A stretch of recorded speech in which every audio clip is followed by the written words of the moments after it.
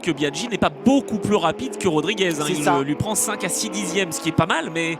Non, et puis Rodriguez a un petit peu, il a peut-être été un peu intelligent aussi, il a aussi son niveau de jeu sur la fin de tour, hein. Regardez la fin de course, regardez 2-0-8-2, 2-0-8-2, et là il vient de tourner en 2-0-7-6 je crois. Oui. C'est la preuve que il a peut-être préservé un petit peu les gommes en se disant sur la fin de relais j'aurais besoin de pouvoir attaquer au maximum. Ça va revenir derrière, donc il faut que j'ai comme quelques armes dans ma manche.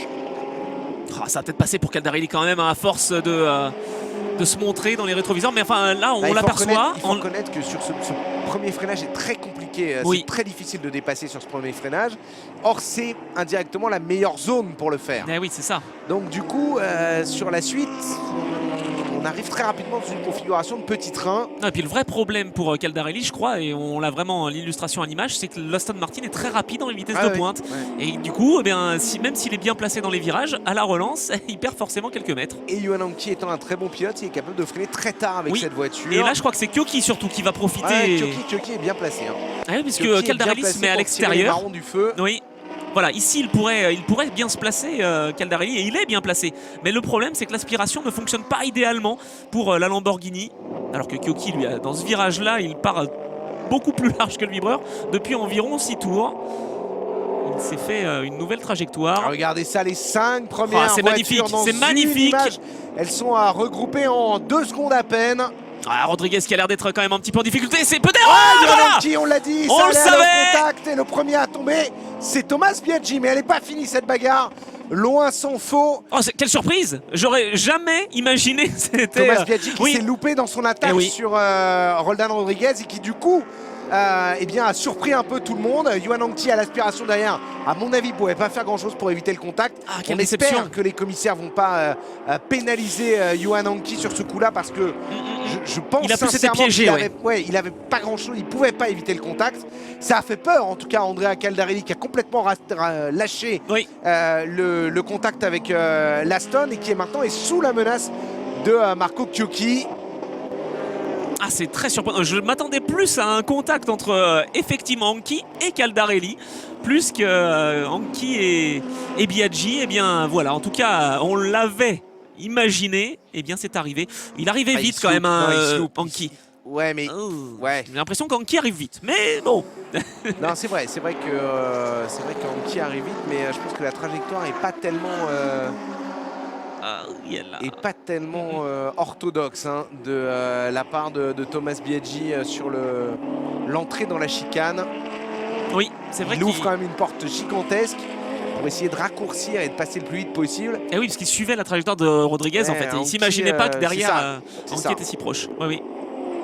Et effectivement, Anki freine tard, mais ça, on le sait qu'il freine tard. Ah bah il l'a prouvé, là, ça c'est sûr. Oh, avec un petit débris également qui a volé. Alors, on est sous investigation évidemment pour cet accrochage entre Johan Anki et Thomas Biaggi. Ah, c'est dommage de terminer comme ça. Alors Caldarelli va essayer de se placer au maximum derrière Anki, mais en plus de la vitesse de pointe de l'Aston Martin, c'est vrai que les talents de freineur de Anki sont encore une fois remarquables. Et Johan Anki, il est vraiment impressionnant dans la manière dont il mène cette Aston. Mais il s'est révélé vraiment cette année, parce que j'ai pas le souvenir l'année dernière, si effectivement. Sur quelques courses à Spa notamment, dans des courses, dans des conditions difficiles, il s'est souvent montré. Alors le truc c'est que son coéquipier Sami Yolout c'est des fois un peu limite, mais lui fait toujours des très très bons relais, un peu à l'image de Marco Kyoki. Oui.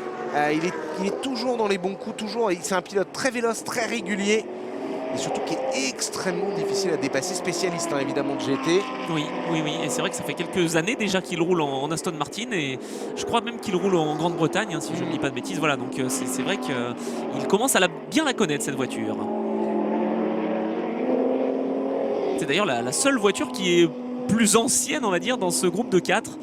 C'est la voiture la plus, la plus vieille, cette Aston Martin Vantage GT3. Bon, pendant ce temps-là, Rodriguez finalement croise les doigts parce que 30 secondes, va falloir repartir pour un tour, messieurs. Et ça arrange Johan Anki, forcément. Ça arrange Johan Anki, ça arrange Caldarelli. ça arrange pas tellement Roldan Rodriguez, je pense. Non, non, non, c'est le moins qu'on puisse dire. Ouais, pour 10 secondes, on va rentrer dans le dernier tour de course. Et donc, ils auront encore un tour, peut-être une chance. Les 4 premiers qui se tiennent en 1 seconde 5. Oh, c'est magnifique, magnifique cette fin de course. Dommage quand même pour Thomas Biaggi, hein, il faut bien le souligner. Il avait fait une belle course. Oh, bah, non. Voilà, tant pis. Alors. Non, non, ce sera après la course. Ok. On vous dira demain en ouverture de programme si on a eu la réponse. Parce que vous savez que du côté des commissaires, des fois, on prend un peu de temps pour étudier les choses. Mais si on a la réponse, on vous dira ce qu'il est advenu du classement de cette course. Ouh là là, on est très très proche là. Wow, c'est magnifique, alors, magnifique. Pousse Rodriguez qui est poussé par Caldarelli. Et qui ensuite est poussé par Kyoki, comme ça au moins c'est bon. Ça va mal finir cette histoire. Et Anki freine tard, on le sait. Et là il est très très proche de Roldan Rodriguez. Attention avec Kyoki à l'extérieur. Kyoki à l'extérieur. Incroyable, ça va passer pour Yuan Anki. Oh oui, on va avoir 5 vainqueurs différents. Et attention à Caldarelli sur la zone intérieure avec Roldan Rodriguez. Ah non, il ne passe pas, mais c'est peut-être Caldarelli qui va passer. Qui va passer l'accrochage, le contact. C'est magnifique. Anki qui va se faire un petit peu fermer. C'est Caldarelli qui va passer. Caldarelli qui vient de se défaire des 2 hommes. Je crois qu'il va peut-être se prendre... Tout va se jouer dans cette dernière ligne droite. Attention Caldarelli qui peut aller chercher la gagne. Attention à Kyoki derrière qui prend le bout d'aspiration de la BMW pour passer à hauteur de Caldarelli. C'est Kyoki qui passe deuxième. C'est Kyoki qui va aller chercher la deuxième place. Ça sort large.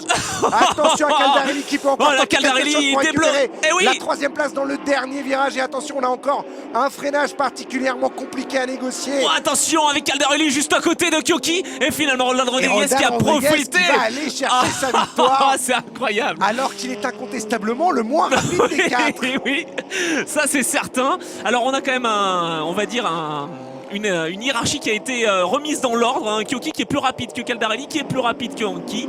Ça se joue à rien, mais bon, Kyoki qui a finalement... Quel dernier tour, c'est pas fini, c'est pas fini. Avec pour Roldan Rodriguez. Yuan Anki va aller chercher la 3e place, je pense. J'ai l'impression Caldarelli récupère. Elle est plus rapide en tout cas, cette ascenseur. Qu'est-ce qu'il fait? Il défend sa place. Oui, oui.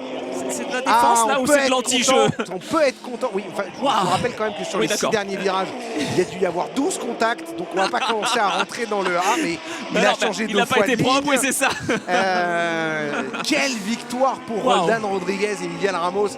Franchement, Roldan Rodriguez, bravo. Chapeau, parce que tenir sous la pression de Kyoki, Caldarelli, Anki et avant ça de Biaggi, il a vraiment fait un super bon boulot sur ce travail-là.